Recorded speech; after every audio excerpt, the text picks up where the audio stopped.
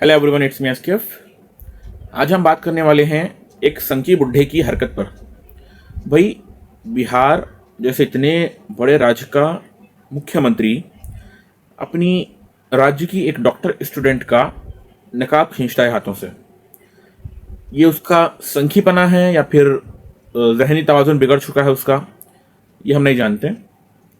हम ये पूछना चाहते हैं, देश भर में आवाज़ें उठाई जा रही हैं कि नीतीश कुमार माफ़ी मांगो।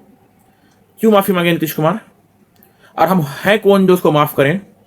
मैं अगर यही कोई हरकत कर दूं, क्या मुझसे कोई माफ़ी तलब करेगा या मुझे जेल में भेज देगा? आईपीसी सेक्शन 354 ए के तहत इस पर केस करके इसको अंदर क्यों नहीं कर देते? क्यों? सबूतों की ज़रूरत नहीं है, क्योंकि पूरा मीडिया भरा हुआ है, पूरा सोशल मीडिया पर वही वीडियो चल रहा है। ना गवाह की ज़रूरत है, ना सबूतों की ज़रूरत है उस चीज़ को साबित करने के लिए, और उस चीज़ को वो कंडेम भी नहीं कर सकते क्योंकि उन्होंने हाथ से खींचा, ये वीडियो आया हुआ है। और इसे माफ़ी मंगवाने की कोशिश की जा रही है। माफ़ी की नहीं, सज़ा की बात करो।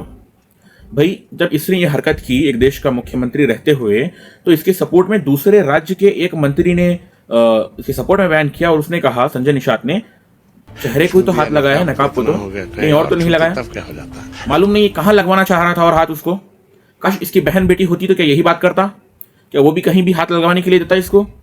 और उससे हटकर और एक मंत्री जो कि सेंट्रल मिनिस्टर है, गिरिराज सिंह ने कहा कि उस लड़की, उससे किसी ने पूछा कि लड़की ने ड्यूटी छोड़ दी है, वो ड्यूटी छोड़े जहन्नम में जाए, हमें उससे क्या नीतीश कुमार ने ड्यूटी क्या अच्छा किया। एज ए कॉमन मैन, एक आम आदमी, मैं किसी का घूंघट या किसी का स्कार्फ खींच दूं, चाहे तुम्हारी ही बहन बेटियों का स्कार्फ खींच दूं, तो क्या मुझे छोड़ दिया जाएगा? मुझ पर केस नहीं होंगे, मुझ पर एक्शन नहीं लिया जाएगा? और ये लोग कह रहे हैं जहन्नम में जाओ। हाँ, बेशक तुम लोग जहन्नमी हो इंशाअल्लाह। और आप ये फोटो देख लीजिए, ये तुर्की की एक फोटो है जो कि एक फ्रेंच सोल्जर वहाँ की महिला का दुपट्टा खींच रहा है, तो वहाँ के इमाम जो है उसको गोली मार रहे हैं।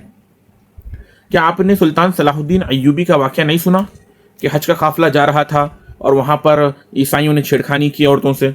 क्या आपको उसका आगे का वाकया नहीं मालूम कि क्या क्या हुआ था? वो छोड़ दीजिए, मैं आपको आपके ही धर्म से बता दूं, जब दुर्योधन ने द्रौपदी की साड़ी खींची थी तो महिला सम्मान के लिए महाभारत हुई थी। जब रावण ने सीता को हरा था तो महिला सम्मान के लिए लंका जलाई गई थी।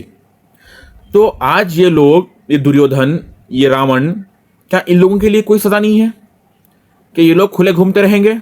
जितनी नफरती कामें करते जाएं, जितने नफरती टट्टुए बनते जाएं, इन्हें पोस्ट बढ़ती जाएगी इनकी।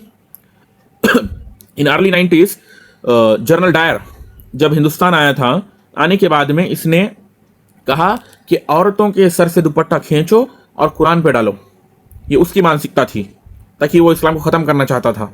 आज आरएसएस वालों की भी सेम मानसिकता है कि इनको पढ़ने से रोको। और एक बात भाई, जब ये नकाब खींच रहा था तो स्टेज पर मौजूद सारे लोग हंस हंसकर खिल्ली उड़ा रहे थे, और इनके एक मंत्री ने, जो संजय निषाद ने बयान दिया, वो भी हंसते हुए दिया। किसी ने कहा कि जहन्नम में चले जाओ।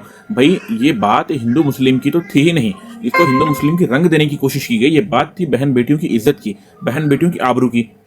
इस बात को हिंदू मुस्लिम का मुद्दा देकर चंद शरपसर अनासिर, ये अपनी कुर्सियां गर्म रखने के लिए चंद नेता लोगों ने इसको हिंदू मुस्लिम का रूप देना चालू कर दिया। भाई, आज किसी की बहन का स्कार्फ, किसी की बहन का नकाब खींचा गया है, कल आपकी बहन का घूंघट खींचा जाएगा, कल आपकी बहन का पल्लू खींचा जाएगा, आप जब भी चुप रहेंगे? भाई, एक मजहब को, एक रिलीजन को चुप रखने के लिए ही तो हिंदू मुस्लिम का रुख दिया जा रहा है। भाई, अगर हम इनके खिलाफ एक्शन नहीं लेंगे तो ये ऐसे ही आए दिन से करते चले जाएंगे। आज किसी की बहन, कल किसी और की बहन होगी। अगर ये हम करते तो हमको आईपीसी सेक्शन 354 ए के तहत अंदर कर दिया जाता। क्या लोगों के लिए कानून अलग है, हमारे लिए कानून अलग है? भाई, हमें माफ़ी की हरगिज़ कतन ज़रूरत नहीं है, हमें इसकी सज़ा मंजूर है, इसको सज़ा दिलानी चाहिए। अगर ये किसी मुस्लिम कंट्री में होता, गल्फ कंट्रीज़ में होता, शायद इसकी गर्दन उतार दी जाती या फिर कम से कम इसके हाथ उतार दिए जाते।